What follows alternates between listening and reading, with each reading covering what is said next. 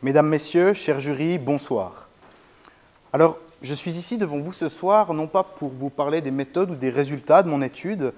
Ce soir, je voudrais avec vous partager les valeurs profondes qui m'ont été transférées durant cette étude et qui ont guidé cette recherche. Et j'aimerais commencer par ceci.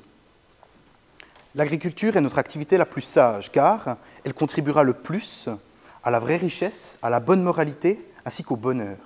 Ces mots résonnent en moi comme un rappel puissant de l'essence même de notre existence. Mais pour vous, qu'entendons-nous réellement par vraie richesse, bonne moralité ou encore bonheur dans le contexte agricole?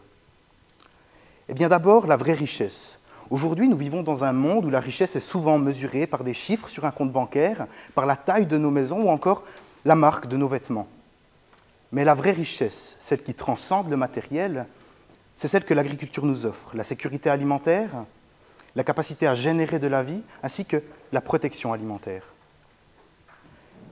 Une richesse qui se régénère à chaque saison, pourvu que nous la traitions avec respect.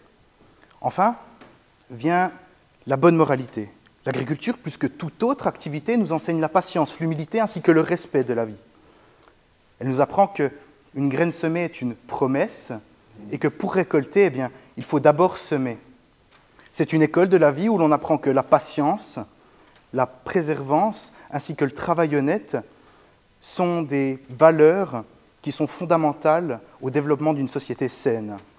En travaillant la terre, nous nous reconnectons à nos racines, à cette humilité essentielle pour comprendre que nous ne sommes qu'une partie d'un tout plus grand. Enfin, vient le bonheur.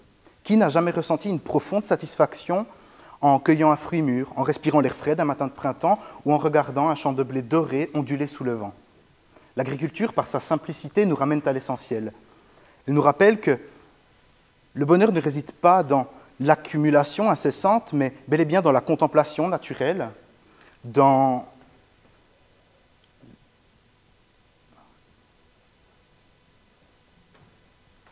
l'accomplissement d'un travail bien fait, ainsi que dans le partage d'un repas issu de notre propre labeur.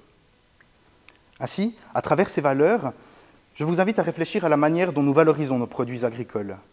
Ne devrions-nous pas, en tant que société, reconnaître que leur vraie valeur réside dans la protection de notre environnement, le respect de la vie, ainsi que la quête d'un bonheur? Un bonheur certes, mais un bonheur avant tout durable.